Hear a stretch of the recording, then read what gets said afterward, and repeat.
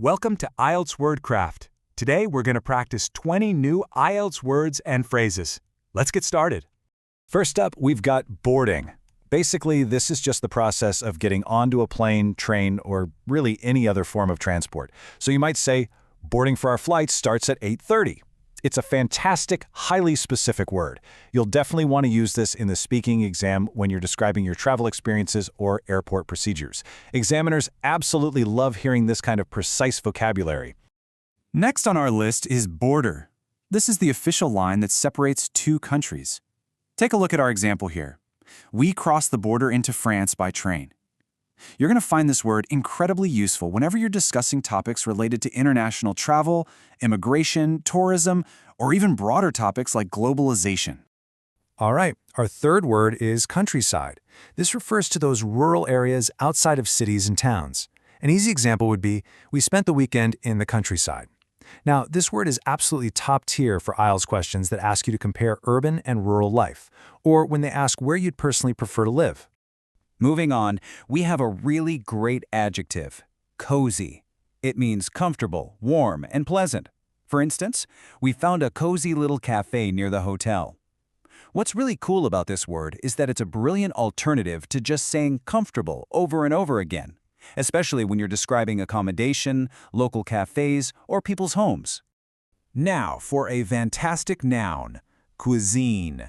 This describes a particular style of cooking or food from a specific country or region. You could say something like, I really enjoy Japanese cuisine. Listen, this is a star vocabulary word.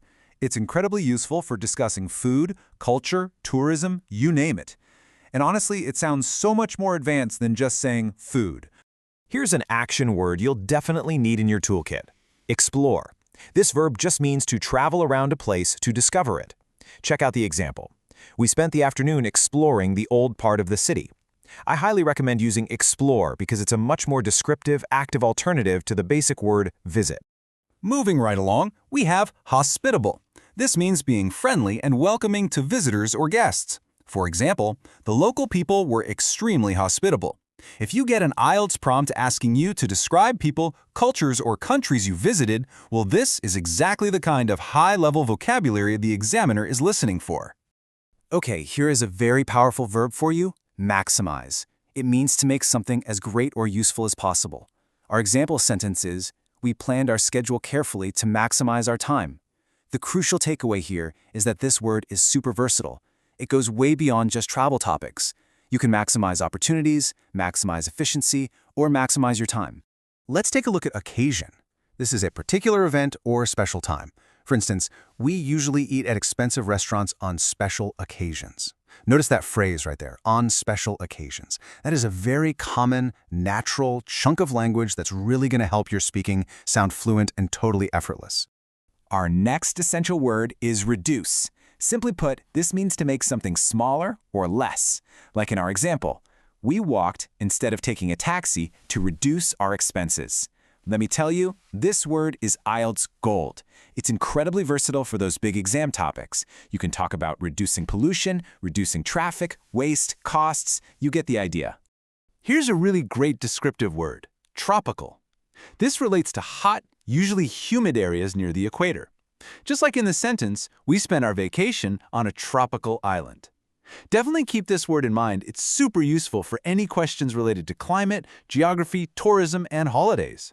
Word 13 is unforgettable. It describes something so special or impressive that you literally cannot forget it. Our trip to Italy was unforgettable. This is the absolute perfect adjective for speaking part 2 when you're asked to describe a memorable experience, maybe a special trip, a person, or a place. Let's discuss a very common topic word, vacation. This is simply a period when you take time away from work or school to relax or travel. For example, I'm planning a vacation to Thailand next month. Now, just a quick note here. Vacation is very common in American English, whereas holiday is more common in British English. But don't worry, both are perfectly fine to use in the IELTS exam. All right, moving into some phrases, we have all over the world. This simply means in many different countries and places around the world. Look at our example. People all over the world enjoy traveling. This phrase is fantastic when you need to make those broad, general statements in your exam answers. Here is a great phrasal verb, end up. It means to eventually be in a particular place or situation, often quite unexpectedly. For instance, we got lost and ended up in a tiny village. Using phrasal verbs like end up is just a brilliant way to showcase natural, native-like spoken English to the examiner. Next is the idiom give it a try. This just means to try something out to see whether you like it or whether it works. I've never tried Korean food before, but I'll give it a try. Throwing a fun phrase like this into your answer makes your speaking sound so much more relaxed and conversational. Our next phrase is instead of, which means in place of something else. For example, we walked instead of taking a taxi. Go ahead and mark this down as another piece of IELTS gold. It is an excellent, high-level grammatical structure for comparing two choices or actions. Phrase 19 is a full clause. I have experience living abroad. It means exactly what it sounds like. I have lived in another country and learned from that experience. Example, I have experience living abroad, so I understand how difficult it can be at first. This is super useful for naturally and confidently introducing your own personal background during the test. Let's dive into traditional culture. This refers to the customs, beliefs, practices, and ways of life passed down through generations. I really enjoyed learning about the country's traditional culture. This is a really powerful collocation, and it's great for tackling those trickier questions about globalization, tourism, and society. Finally, we wrap up our vocabulary list with much better than. This means significantly better than another thing. For example, traveling by train is much better than driving for long distances. This structure is incredibly useful for drawing comparisons, which, as you know, you will often be asked to do in Speaking Part 3. Now, let's see these words and phrases in action through a short story. Barnaby, Maya, and Leah were standing at the airport. "Where are we going?" Barnaby asked. Leo smiled. "That's a good question." Barnaby looked worried. "You bought the tickets and you don't know?" "I know the country." "Which country?" Leo checked his phone. "Give me a second." Maya sighed. "Leo, this is exactly why I prefer planning." Finally, Leo found the tickets. "Thailand." Barnaby smiled. "A tropical vacation? Perfect." A few hours later, they were waiting at the boarding gate. Barnaby looked around. "This airport is enormous." Maya nodded. "We should maximize our time and get some food before boarding." They found a small, cozy cafe. Barnaby ordered some local cuisine. He took one bite and looked surprised. "This is actually amazing." Maya smiled. "See, you should give it a try before deciding you don't like something." After arriving in Thailand, they decided to explore outside the city. They rented a car and drove into the countryside. The roads became smaller and smaller. Then suddenly, Leo? Yes? Where are we? Leo looked at the map. "I don't know." Barnaby stared at him. "How did we end up here?" Maya laughed. "At least the view is beautiful." They eventually found a small village where the locals were incredibly hospitable. One woman invited them to watch a performance of traditional culture. Barnaby smiled. "This is much better than sitting in a hotel all day." Maya agreed. "This is exactly why I like exploring." Leo nodded. "And I have to admit, getting lost wasn't such a bad idea." Barnaby looked at him. "Don't get too confident." The next day, they crossed the border into another region. Barnaby looked at his wallet. "We need to reduce our spending." Leo immediately stopped. "Fine, no more expensive restaurants." They ate at a small local place instead. Barnaby smiled.